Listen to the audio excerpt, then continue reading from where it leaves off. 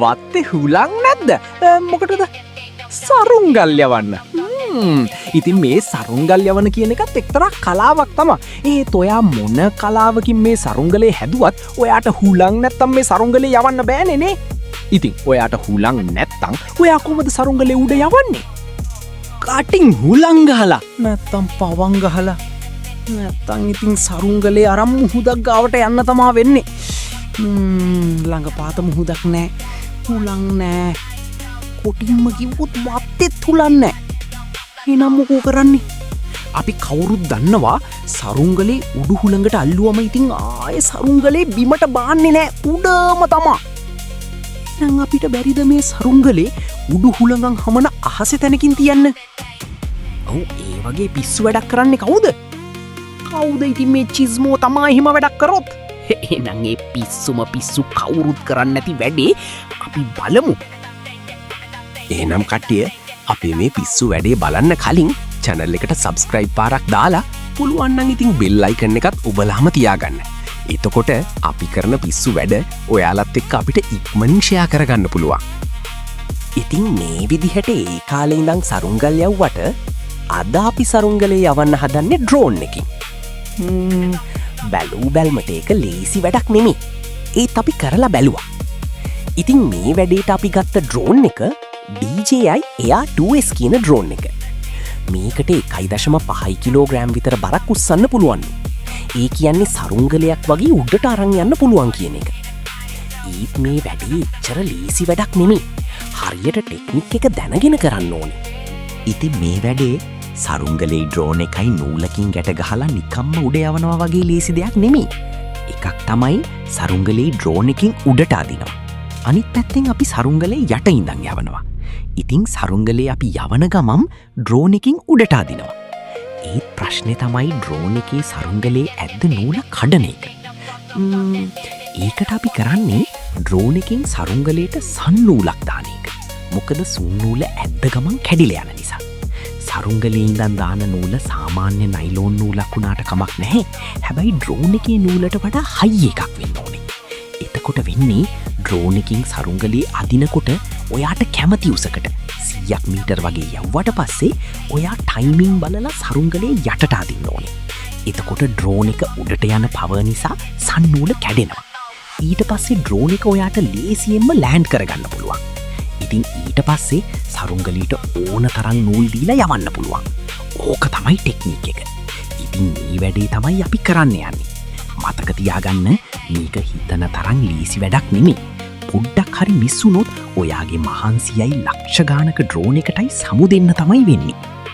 ඉතින් අපි first time පොඩි ටෙස්ටිං එකක් කරලා බැලුවා. පොඩි කිලෝ එක වගේ බර පුටු කොටයක් ඩ්‍රෝන් එකකින් උස්සලා බැලුවා. වැඩේ සාර්ථකයි. ආයේ අපි ඇත්තටම සරුංගලේ ටෙස්ට් කරා. ඉතින් පොඩ්ඩක් වැඩේ චොර වුණා. සරුංගලේ නූල ඩ්‍රෝන් එකේ තටුවල පැටලිලා.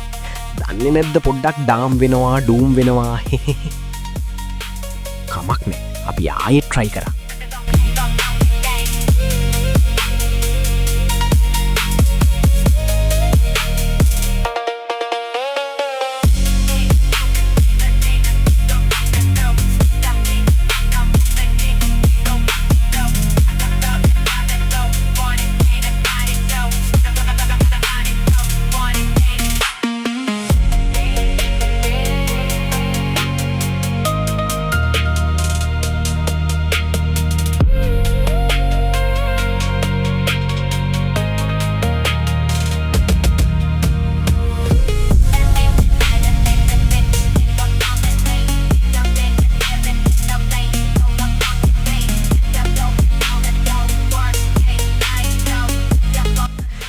ඉතින් වැඩේ ගොඩ සරුංගලේ උඩ.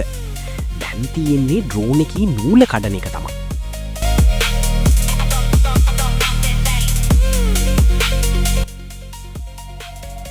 අපටසි පොඩ්ඩක් වැඩේ ගැස්සුණා.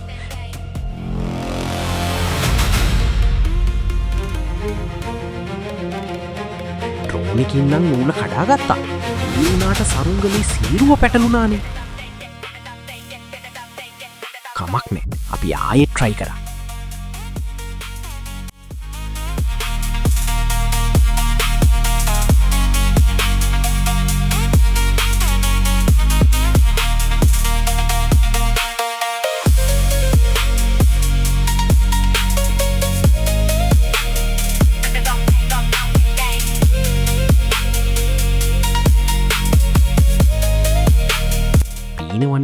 එකකින් සරුංගලී උඩට අදින ලස්සන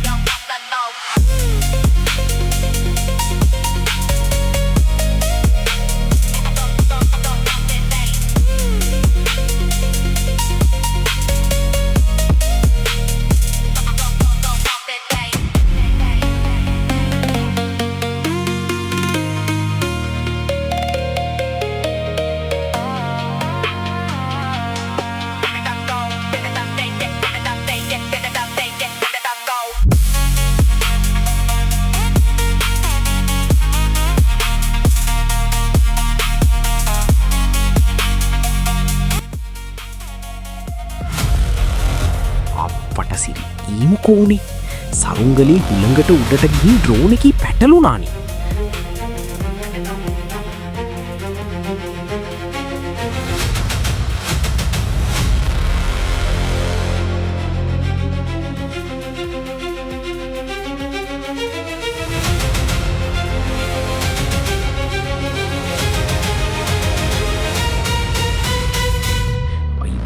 ඩ්‍රෝන් එකයි සරුංගලී දෙකම කඩාගෙන වැටුණා.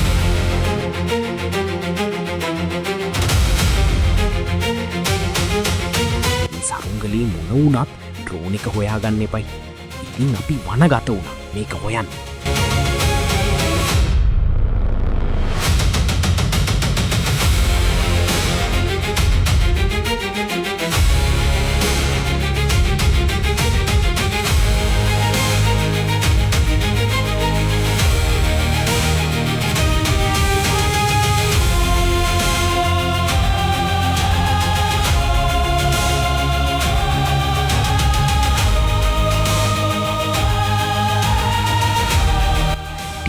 ටිකින් ටික හොයාගෙන යද්දී මින්න ඉන්නවා එල්ලිලා. මොකද්ද? ඩ්‍රෝන් එක. දුකී බෑ අයියෝ මේ බලන්නකෝ.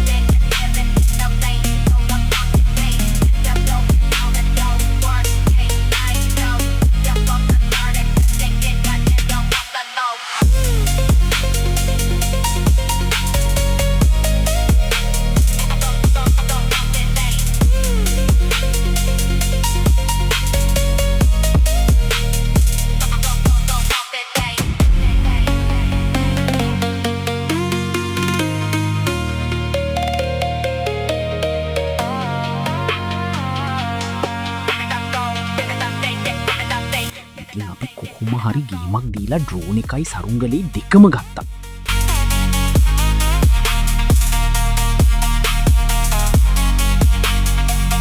පීනවනි සරුංගලී නයිලන් නූල ඩ්‍රෝන් එකේ මෝටර්ස් වල පැටලිලා හොඳටම ඩ්‍රෝන් එකේ මෝටර්ස් හොඳටම රත් වෙලා ස්ටක් වෙලා තිබුණේ.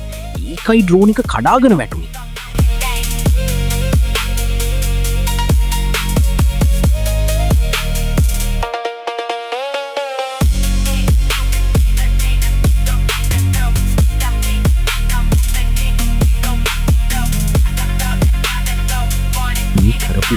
අසාර්ථක නෑ.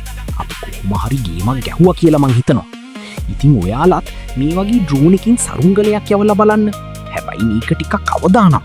මොකද පොඩ්ඩක් හරි මිස් වුණොත් ඔයාලගේ ලක්ෂ ගානක ඩ්‍රෝන් එකට සමු දෙන්න තමා වෙන්නේ.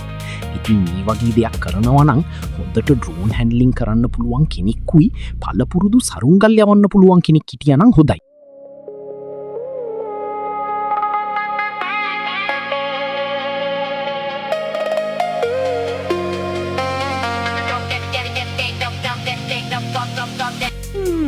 බත්තේ හුලන් නැත්තං ඩ්‍රෝන් එකෙන් හරි උලන් ගන්න තමා තියෙන්නේ. ඉතින් ඒනම් ආයිත් අපි මේ වගේ සුප්පිරි පිස්සු වැඩක් කරන් එන්නම්. බයි බයි.